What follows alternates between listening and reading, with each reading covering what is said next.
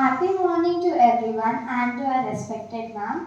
Today, Sarita ma'am is going to guide us through the UPSC talk show. We are very glad that you are here today, ma'am, at IS Florests. Ma'am, our students have some queries that we would like to ask, and those answers are going to guide us into the right path to achieving our goals. Okay, sure. Okay. Let's start. Yes, begin. Ma'am, my name is Ananya. I'm studying in 7th class. I would like to ask the first question. So, is current affairs important in the UPSC examination? Yes, current affairs is very important in UPSC examination because, as I told you, that once you're planning to go to a place where you want to be kings and queens of the district. So, what does the king and queen do? Take care of the district. They take care of the district. Yes. How do they take care of the district? By assigning more. By looking at the welfare. So if they want all the people in the district to be happy, they want them to live happy lives. They want goods and services to be provided. They should be provided with good food, water, electricity, good means of transportation. The surroundings should be clean. Yes. So if you want everything to be good on a day-to-day basis, do you have to know what is what is happening on the day-to-day basis? Yes. So that is why current affairs is very important for helping you to know what exactly your country is and how your country is progressing, what are the important decisions that the government is taking, what are the changes that are happening in the economy. So you need to know all of that because the examiner will test you not only on the knowledge for your books, so whatever books are prescribed, not only in that, but also you have to know what exactly is happening in your surroundings. Because tomorrow, as being kings and queens, I would say you are going to provide solutions for a lot of problems. And if you want to provide solutions for problems, you need to know what exactly is the problem, what is the root cause of the problem, what are the issues surrounding that. And for that reason, current affairs is made a very important part of your syllabus for preparation. Ma'am, how can we stay updated on the current affairs? Keeping in mind that you are now just in schooling, what you can do is every day just read the headlines and try to know what exactly is happening. Maybe have the habit of watching the news, any news channel, any bulletin, which is a bulletin is just about 30 minutes or so. So you can watch the news channel, you can watch a bulletin, and you can encourage your mom, dad, and even your siblings or even your grandparents at home to sit along with you, make it a habit to watch what is happening around the world. So even that 30 minutes, if you feel it's boring, over a period of time, you'll start getting a lot of interest. Like for example, all of you know, how many of you know that we had elections now? We had. How did you come to know that we are having elections? Yes, by watching the news. So when you watch the news, you not only know about your own state, but you know so many different things that are happening around the world. And as we need food for the body, how does your body grow every day? Yes, with energy. And energy comes from food and water and good air. Similarly, your mind, if you want your mind to grow, you have to learn new things every day. You have to learn. The food for the mind is new things that you learn every day. What you speak, what you talk, what you listen. Please do not have the habit of holding your mobiles. If you have so many, how many students are there in your class? 11. Yourself? All from the same class? So please have a rapport. Speak with all the 11 students. Even if you find sometimes they are rude to you or if they are angry, it's okay. Might be something must have gone wrong with them in their house. But you always take an initiative to be kind from your side and speak to all the 11. Never sit with the mobile phones, especially on the social media or videos and all that. They are not going to help you at all. They are not going to help you at all. Please trust me. Instead of that, start talking to people. Start talking more to your parents, to your family members, to your cousins, rather than discussing things what you see on the social media. And make it a habit to watch your bulletin. That will help you.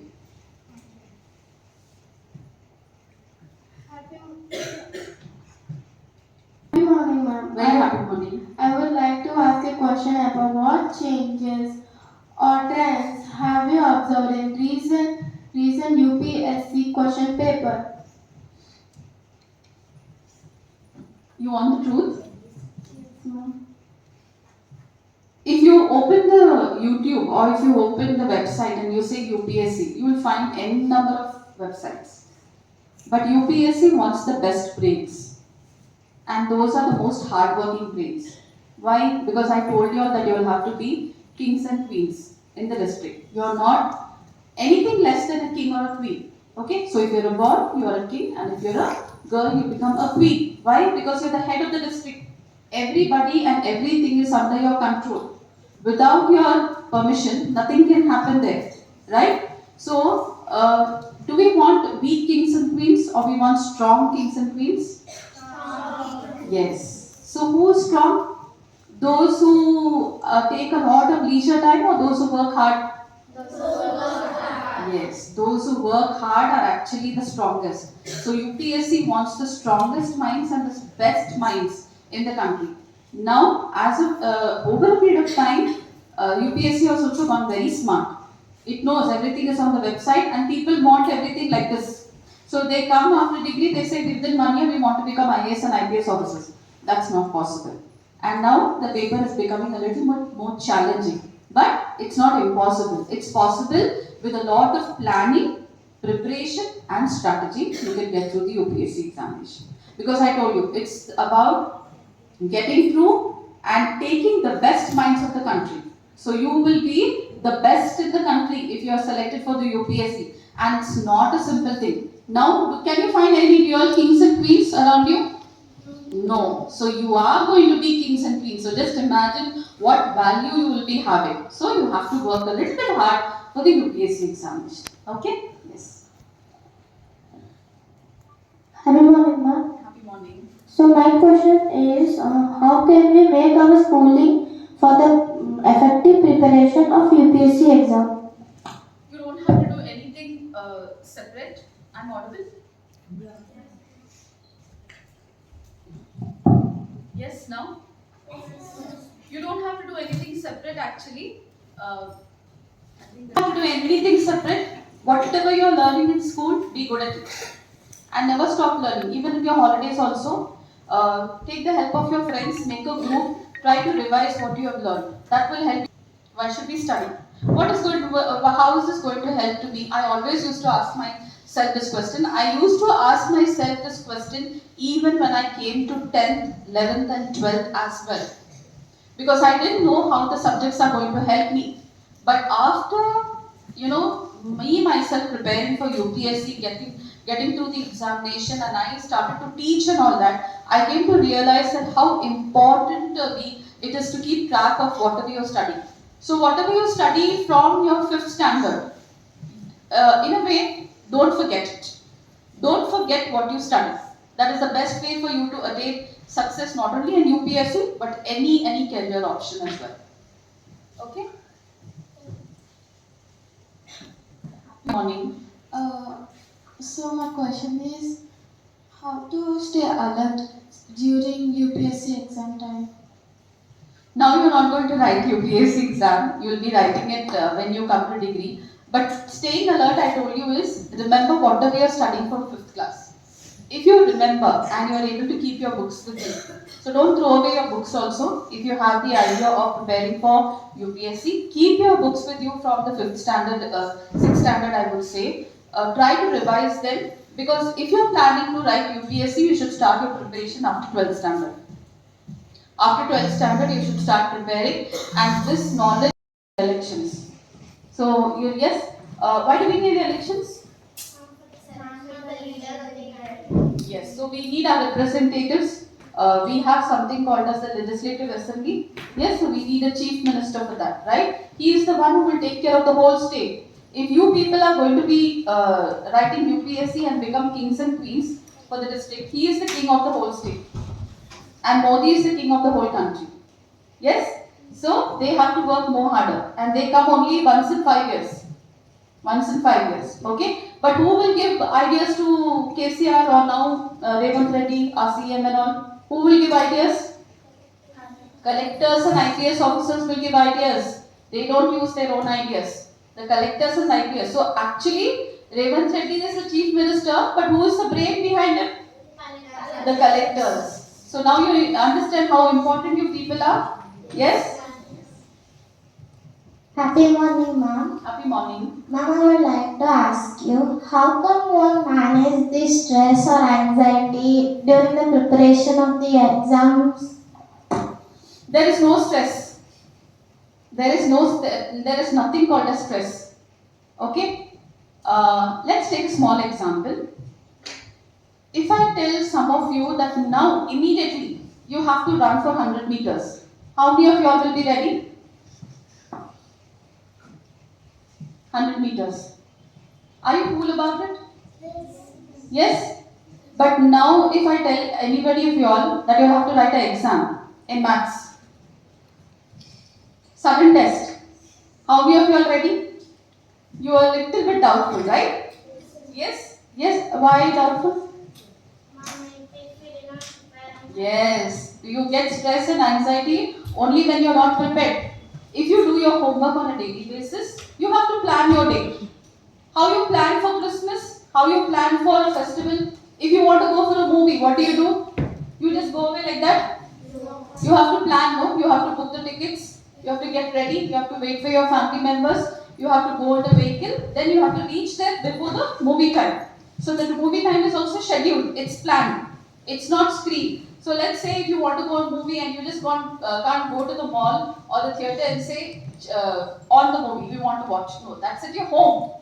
So everything is planned and scheduled. Similarly, your day also should be scheduled. If you say after going home I'm going to relax for a while, I'll watch TV for 15 minutes, I'll sleep for 15 minutes, I'll study for 1 hour, every day without fail you have to put that 1 hour for your study. And you have to be ready with what you studied yesterday and have to study what is today. Then if I tell you, now I'm going to give you a sudden test, everybody will be enthusiastic to write the test. Why? Because you're already prepared. So, what is the key to no stress and anxiety? Always be prepared. You should always be prepared. How you will be prepared to go for a movie? You have your dresses, everything ironed. Yes, if I ask you to run now, you have the energy because you have had breakfast. But if I ask a sick person to run for 100 meters, will they be able to run? No, because they are weak. They are not prepared. They'll say, ma'am, I'm unwell today, I'll run tomorrow. Similarly, if you want to be prepared, if you want to be stress-free, if you don't want anxiety, you have to give every day a little bit of time for your studies. And you have to be prepared as if every day you're writing a test. Then only you will be able to be stress-free. Okay? Yes. Anything else? Anybody else? Ma'am, and as some of us want to become civil servants, what is the advice would you like to give to us? This is the advice which I just spoke about now. That always study, plan your day, schedule your day, put a little bit of time. You don't have to study for 2-3 hours. Every day, whatever they taught you in your class, you have to do your homework and you have to study. Studying means not mugging up. Just read once. Read and write. That's more than enough. Tomorrow again, you read and write the same thing. You see, you will find a very, very good change in you. Okay? So just be prepared, do your work on time, be dedicated, and whenever you have free time, enjoy with your friends, not with the mobiles. Yes? Thank you, ma'am. We can hardly express the admiration that we feel for having such an inspirational individual who choose to spend their time with us today, ma'am. Thank you so much. Ma'am, thank you for sharing your knowledge with us and hope we can achieve good success now or prepare from our schooling onwards that how we can become a civil servant. Sure, all of you can do it actually, very, very easily. Yes? All the very best and thank you so much. God bless you all.